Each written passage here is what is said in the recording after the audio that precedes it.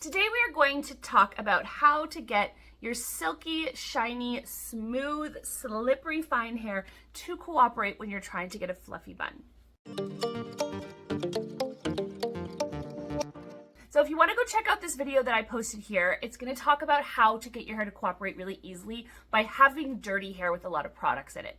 So when your hair is dirty and dry and dehydrated and has a lot of product in it that gives it texture, you're going to be able to create shapes that your hair can hold really easily. But if you don't want to do all that, or you just are having a clean hair day and you want to throw your hair up in a bun, but you get really frustrated because your hair flops because it's so soft, I'm going to give you some tips on how to avoid floppy hair.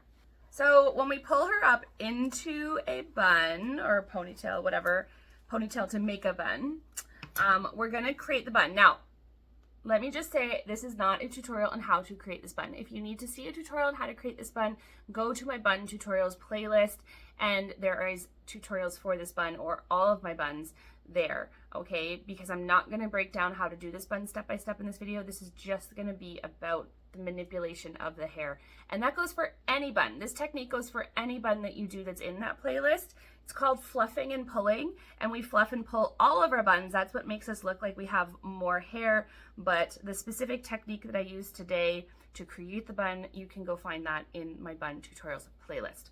So what usually will happen is people will start to pull apart their hair and they're like, oh, well, it's just flopping all over the place because my hair is so soft and everything's falling out.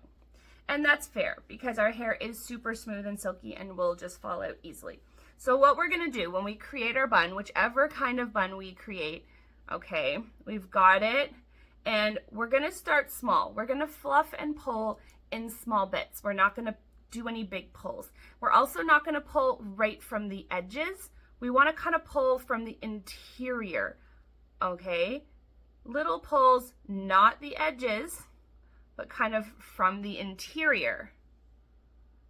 And we're going to keep our bun a little closer to the head, a little tighter, and we're just taking little pulls. We're not pulling any big hairs apart. We want to keep everything a little tighter, a little closer together, so it doesn't have the opportunity to get big enough to flop. Now, you're still not going to get as big and fluffy and giant of a bun as you do in my other video where I have a bunch of product in my hair, because you just can't stretch your hair that far when it doesn't have a lot of texture, but you can still fluff and pull apart the bun to look really cute. It's literally just about taking tiny sections, being gentle, and keeping everything kind of more tight, because the second you do this, everything's gonna start to fall apart, right? Everything, just if you do any big pulls, everything's gonna flop and go flat.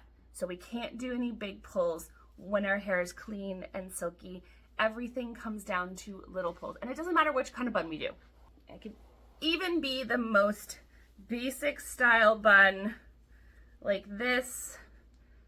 Again, not pulling from the ends, taking from the center, little pulls everywhere, and being patient, okay? Because it's gonna take a few pulls. It's gonna take more than one or two, and it might take you 20 or 50 or 100. You're not me, and you're still figuring out your hair in a way that I figured out my hair a long time ago, so I know what works for my hair more.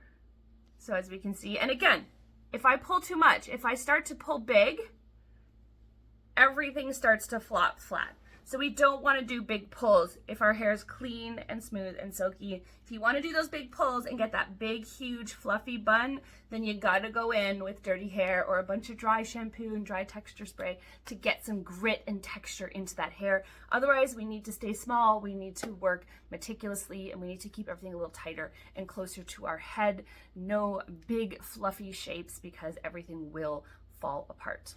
I hope that makes sense. I hope that helps and gives you a little tip on how to be more successful when you throw your clean hair up into a bun. Let me know in the comments if you have any questions or if anything else that you can think of that might help you achieve your perfect bun style. I can do a video for that.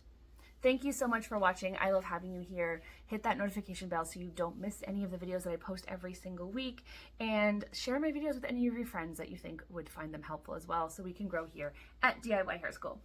Bye guys.